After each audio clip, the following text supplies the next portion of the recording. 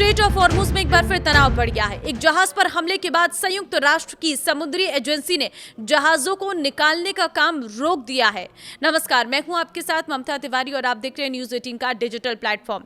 जानकारी के मुताबिक हमला ओमान के तट के पास हुआ था। ब्रिटिश सेना ने बयान जारी कर जहाज को निशाना बनाए जाने के बारे में जानकारी दी थी। अंतर्राष्ट्रीय समुद्री संगठन के प्रमुख ने कहा था कि हॉर्मुज स्ट्रेट में फंसे जहाजों को निकालने का काम तब तक रुका रहेगा जब तक एजेंसी निकासी सूची में शामिल और उस इलाके में मौजूद जहाजों की सुरक्षा गारंटी सुनिश्चित नहीं कर लेती। फिलहाल ये स्पष्ट नहीं है कि हमला किसने किया और किस जहाज को निशाना बनाया गया। इससे पहले ईरान ने जहाजों को चेतावनी दी थी वे तेहरान की मंजूरी के बिना हॉर्मुज स्ट्रेट से होकर जाने वाले संयुक्त राष्ट्र के मान्यता प्राप्त रास्ते का इस्तेमाल न करें। दरअसल संयुक्त राष्ट्र की समुद्री एजेंसी ने हॉर्मुज स्ट्रेट के जरिए जहाजों की निकासी की योजना को रोक दिया है।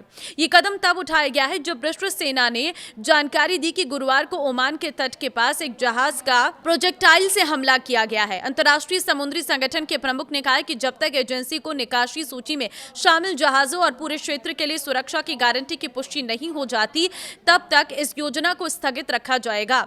यह स्पष्ट नहीं हो पाया है कि ये मिसाइल किसने दागा और किस प्रकार के जहाज को निशाना बनाया गया था।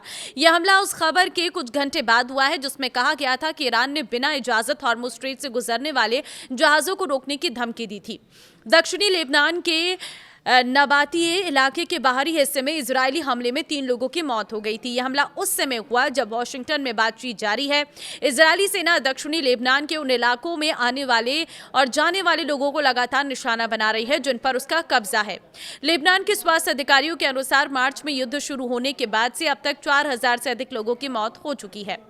तो फिलहाल ये अपडेट है। हॉर्मुज का रास्ता एक बार फिर मुश्किल होता हुआ नजर आ रहा है जिससे पूरी दुनिया में हलचल मच गई है, क्योंकि हॉर्मुज एक ऐसी समुद्री मार्ग है जहां से लगातार जहाजों की आवाजाही होती है, तेल आता है, मसाले आते हैं, बहुत सारी चीजें इसी रूट से आकर निकलती है। लेकिन ये रास्ता बार बार बंद हो जाने से सप्लाई बाधित हो रही है जिससे महंगाई बढ़ रही है। नमस्कार।